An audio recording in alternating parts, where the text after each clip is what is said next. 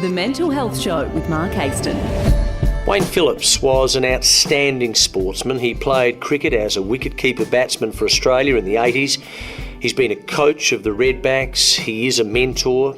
If you happen to see Wayne walking around the place, he'll be doing that with a smile on his face. He's a great raconteur.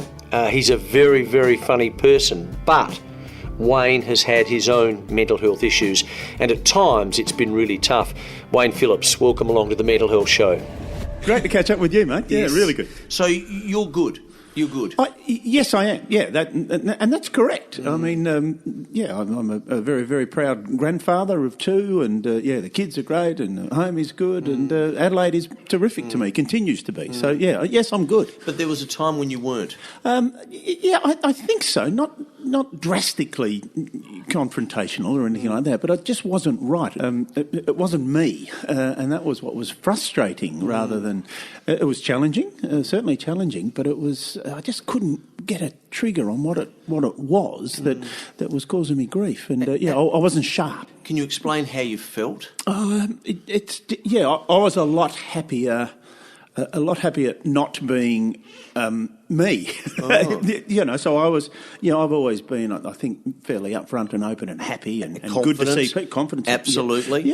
Those sorts of things. And I was just flat, and I wasn't sharp with my thinking, and I was getting frustrated, and therefore I gave up doing things that I enjoyed. I stopped playing golf. I stopped catching up with my mates. I stopped doing those sorts of things. So that's serious though, isn't it? Yeah, I was a lot happier sitting by myself and not doing anything, and that was really, really frustrating and a little bit confronting. Yeah. Yes. So who did you speak to initially? I was very fortunate in my employment at the time. I was working for the State Liberal Party at the time, and the boss there came to me and said, "Are you okay?" Oh, really? So it was that obvious to others? Yes. They said, you're just not where you have been before, where we expected you to be. Your diary's not quite right. All these little things which were real triggers for me, and things that were great identifiers for me weren't quite right. And so as a result, I went to the doctor. Was the thing. And my doctor, who was the Adelaide Football Club doctor at the time, who had done some work with Andrew Potter, who'd done some work with the cricketers. So I knew Andrew. I had confidence in Andrew, and I went and spoke to him. And we had a conversation not dissimilar to the one we're having now. So you had it in a radio studio? No, it was weird. It was in these rooms just near Ashford Hospital. It was crazy. Yeah, almost as if you were going to be opened up by you. Yeah. So how did the conversation go? Was it similar to how you've explained it to me? Quite. Yeah. He asked this. What is it? Why aren't you doing that? Well, I don't know. Are you busy? Well, I'm too busy. Good. Excellent. So, and Andrew knew the questions, then the follow-up questions to ask and how to do that. Would it be, could it possibly be, have you thought, all those sorts of things. And then and he said, well, look, and then I went online to Beyond Blue and did the questionnaire, and I was so happy. I got 10 out of 10. Yeah. I rarely get that, Right. So, so there are some obvious, triggers there that are starting to give you, and Andrew said, look, this is what it is. It is quite treatable, and we went on to medication, which I'm still on. I've come, halved my dosage and that sort of thing, because, and I'm a lot better at organising myself and knowing those triggers. And if I start to feel that way, it's just to slow down a bit and not to be selfish at all, but just be much more aware of what it might lead to. So going back a bit to a very unfortunate time, you were there when David Hooks was killed. Do you believe, or do you feel as though part of that is part of the reason why you became depressed? It was. It's certainly something that I've considered. I don't know if it was I don't know if there is one particular incident or aspect or something that creates these issues. But look, I'd lost my job as the coach of the Redbacks, the SA Redbacks. I was with David, as you mentioned. Things weren't going well for me, and I wonder if it was just just that complete conglomeration of those types types of things that led to it. Yeah. But that was certainly that played a very, very important and continues to. I was down at the Adelaide Oval Tuesday, yes. and doing a bit down there, and always make a point of going up to Hooksy's bar and having a chat with him and letting him know how that's wonderful. how they're going. No, David wrote the most gorgeous letter to our eldest daughter Abby about that he'd seen her as this young kid, and she was just going into high school at that stage, and he was really confident that she would do well, and she's got great opportunities. And he wrote a letter about he that. wrote a letter to wonderful. Abby, and Abby's kept it and refers to it. And now our second grandson Arlo is Arlo William. Arlo was born on 16 January, which was the day that unfortunately the incident occurred for David, and he was David Williams. So, I just wonder if there's some, so those things are very, they're a little bit shivery up the spine. But they probably help. Quite, very much so, very real, and things that you can grab hold of and really take some responsibility with. In terms of what you've been through, do you feel as though it's helping you? And I'm not talking just about David, I'm talking about not being well for a period of your life. Has that helped you with the role you've got now with the Cricket Association? Oh, very much so. How? Explain that to me. Well, because, we have some terrific data that we've been accumulating for a good period of time since the ACA and since this welfare support system that we have nationwide. There's one of me in each state around Australia looking after the membership, male and female, those who've played first-class cricket and international cricket, both in male and female divisions. And so we know, and then people are now getting the confidence to be able to speak about it.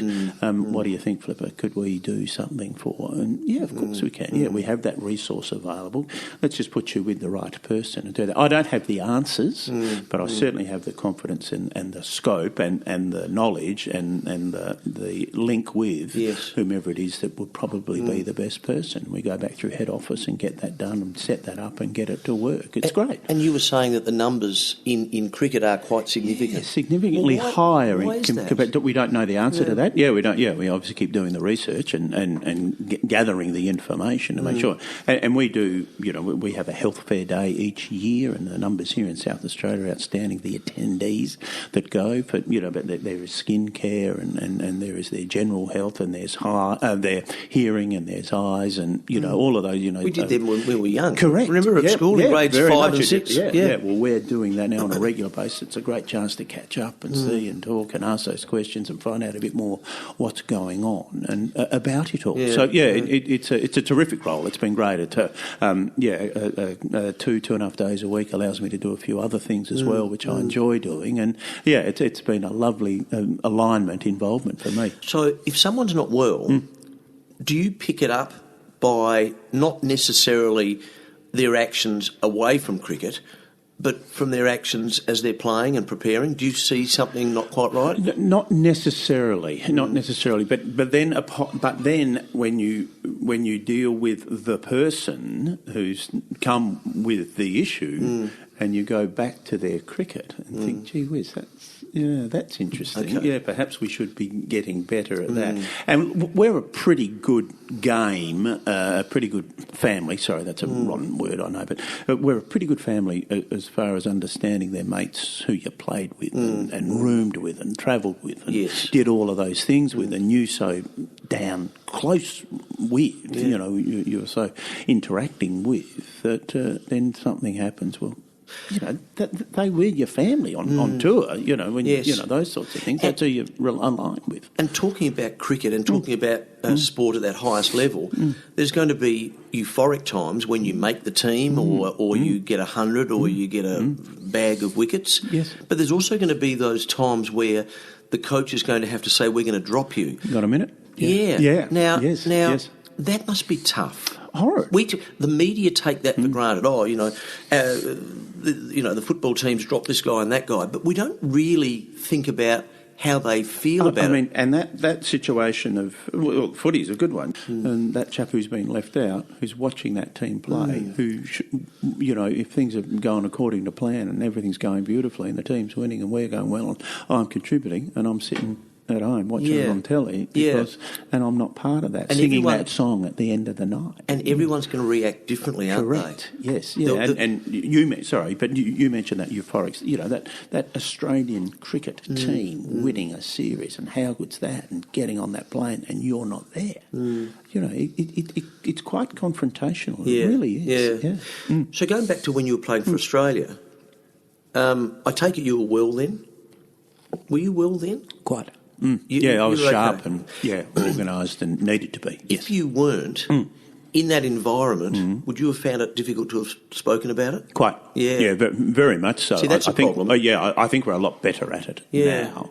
But those days of early 80s, mid 80s, you know, and it was a weak prick. You know, if you were ever to try and raise something like that, it doesn't mean it's wrong, but that was the way we were. That was the attitude. Yeah, that was it. You know, that was it. I think we're a lot better now at dealing with these issues. Yes. Would you like to eventually be off the medication? Does it worry you that you're on it, or?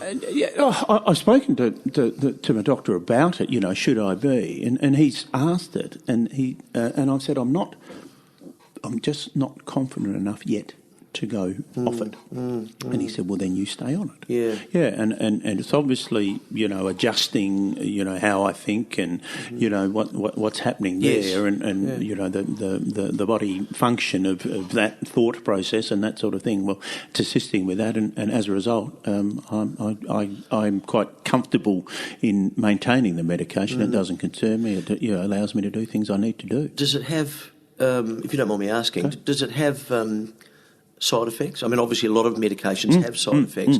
Does it have any side effects that worry you? None whatsoever. Good. Yes. Well, that's unusual. Yeah, fit, healthy, that's able. Unusual. None whatsoever. So that's I'm really. You're lucky there. Probably fortunate. But I've been very disciplined with taking it and maintaining it and knowing that. And I went from 2 tablets a day to 1 tablet a day to 1 tablet alternate days to now half a tablet alternate days. So, you know, there's been a massive coming away from wonderful. it. And you've done that gradually, haven't Correct. you? Which yes, you must yeah, do. It's taken over this period, this 6-7 year period. Are you able to drink with it? I haven't asked, but I do. Yeah.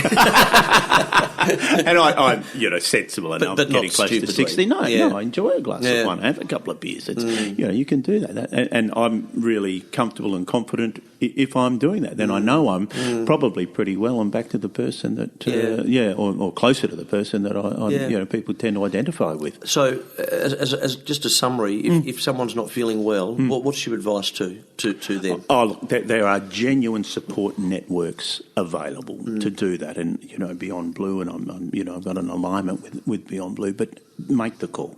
Do that. It's not a difficult thing. It's not a confrontational thing to do. Yes, it might be difficult that hitting that first button and then the next one, but do that and speak openly and honestly, because the support that is there is so genuine and vitally important.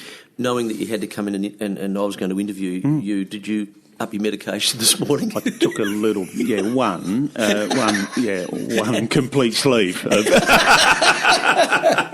Hey, Wayne, thank you. A pleasure, Thanks mate. for being so open. No. It was a genuine pleasure, and the chance to talk about it and to get the message out that we're not immune, and you know, legends like myself, even, you know, and people will be amazed. See and listen to more now at auscastnetwork.com.